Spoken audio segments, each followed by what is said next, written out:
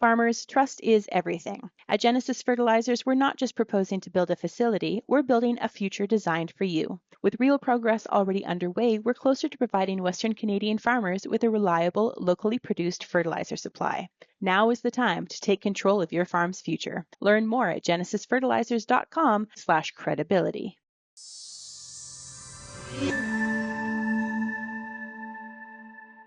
We're not going to talk wheat. Who doesn't love to talk wheat?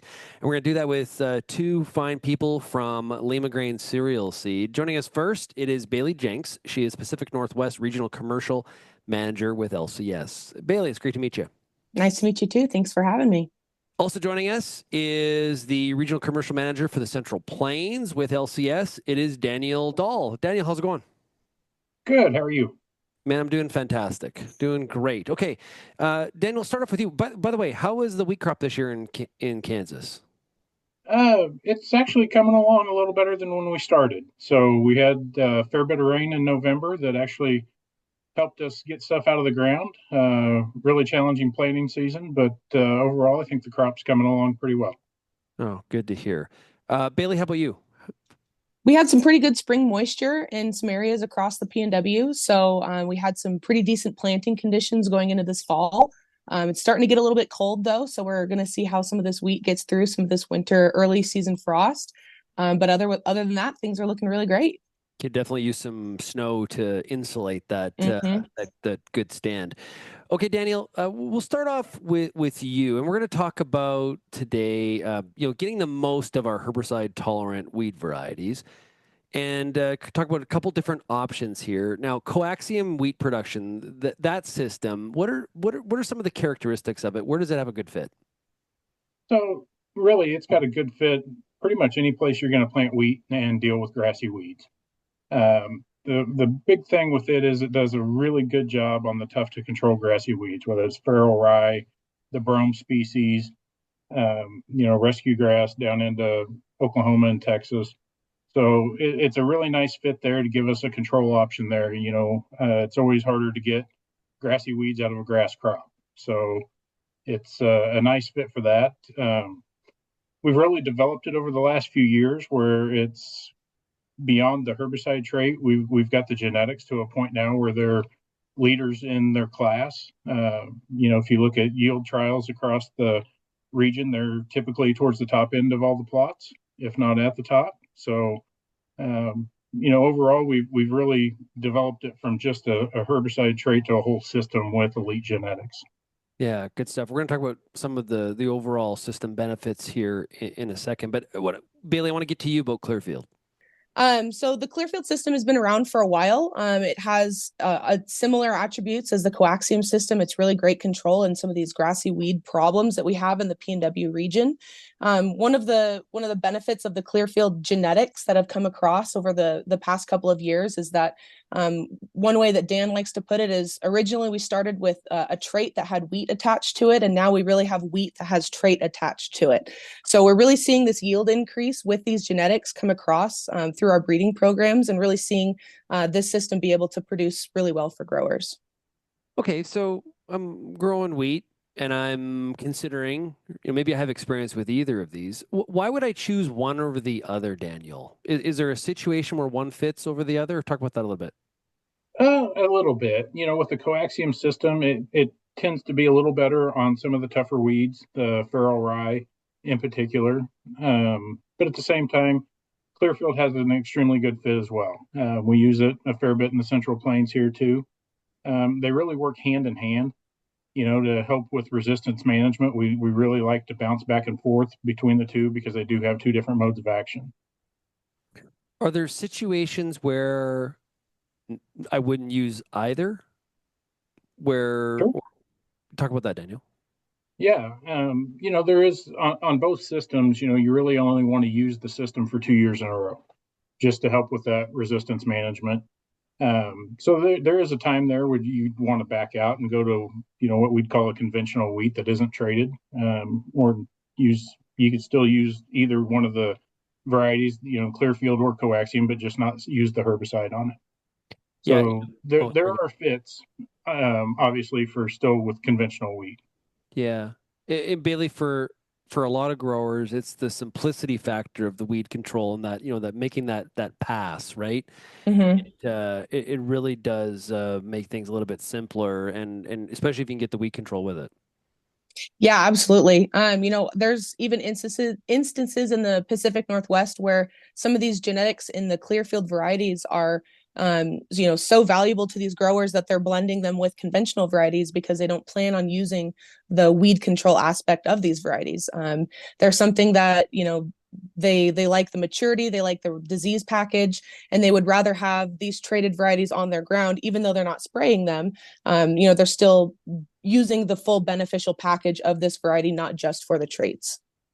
I think Daniel, Bailey makes a really good point there that, in some cases, in some other crops, we're putting really good traits on. Maybe there's like a yield drag and things like that. In this case, we've got really good traits that are attached to some high performing varieties, which really adds up to just benefit the grower. Absolutely. And we're seeing the same thing in the CoAXium system that, the genetics are there.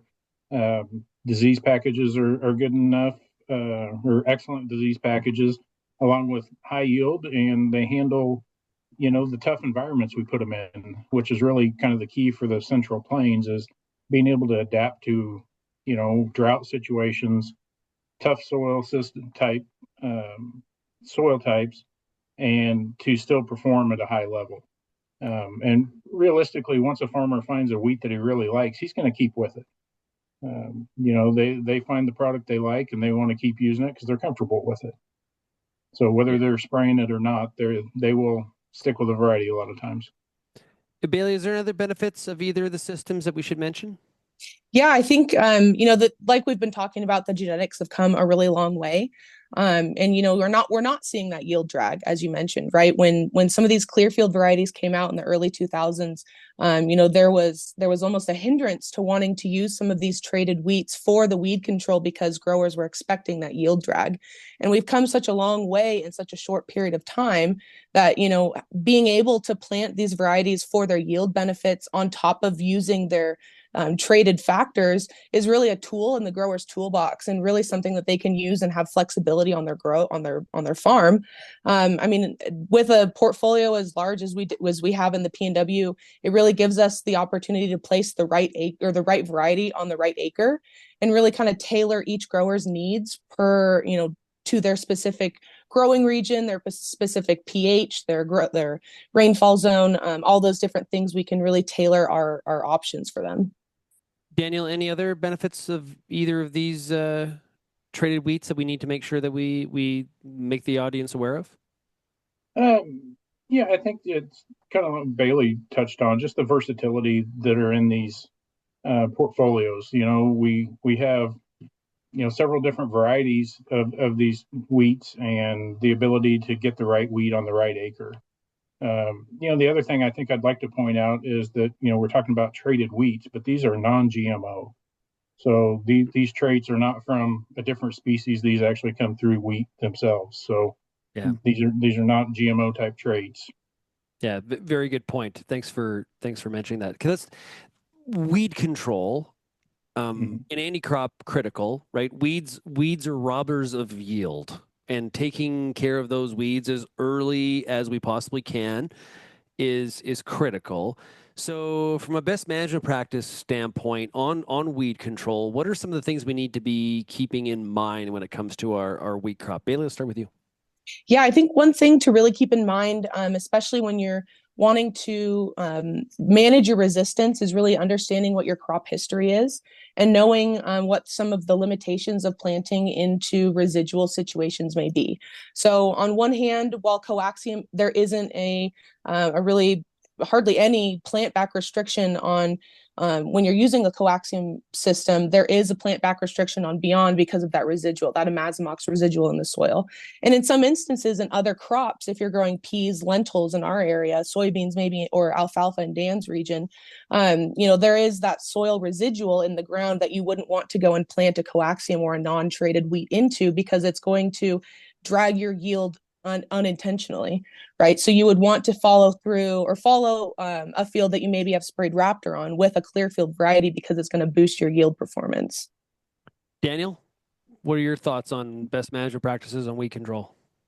For us, really, with the CoAXium, the biggest thing is to spray weeds when they're small. I think that's going to go with Clearfield as well. Small weeds are always going to be easier to kill. With both systems, really, spray coverage is the biggest factor that we find. A lot of times, if we're not using enough carrier volume, we will see that we'll miss one plant or one tiller on a weed, and you may kill 5 tillers, but you'll have that one left. And that's really the nice thing with these systems, is they both allow you for a fall application when weeds are small and just emerging, as well as a spring application. So if you don't get everything on that first pass, or for some reason it rains too much, you can't get in the fall, you can get back in the spring and still clean things up. Yeah, Daniel, what you're saying is so critical, right? You get in there when they're small, easier to control, and you're not letting them take away, here in the Central Plains, all about moisture conservation. You don't want those weeds Yep. at all taking up any of that moisture that your crop of wheat would love to have. Yeah. I think an additional point onto that too is understanding what kind of planting conditions you're going into as well. I've seen some guys plant into a carpet of brome grass and then not understand why their control is really low.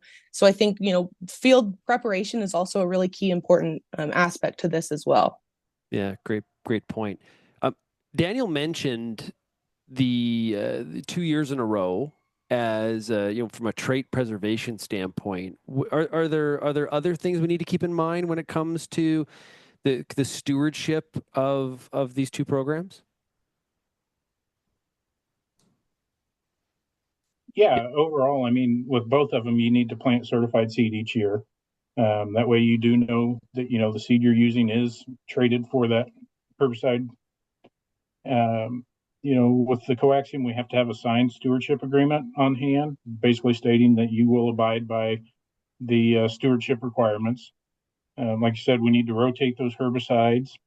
And the other thing to point out on this is there is not cross tolerance on these herbicide resistances. So the CoAXium system does not give you any tolerance to Clearfield.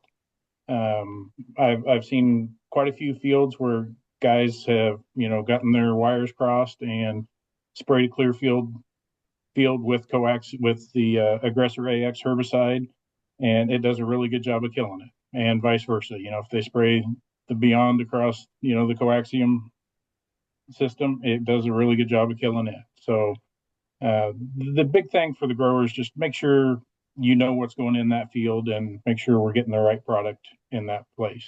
Yeah, they both start with C. They're different products.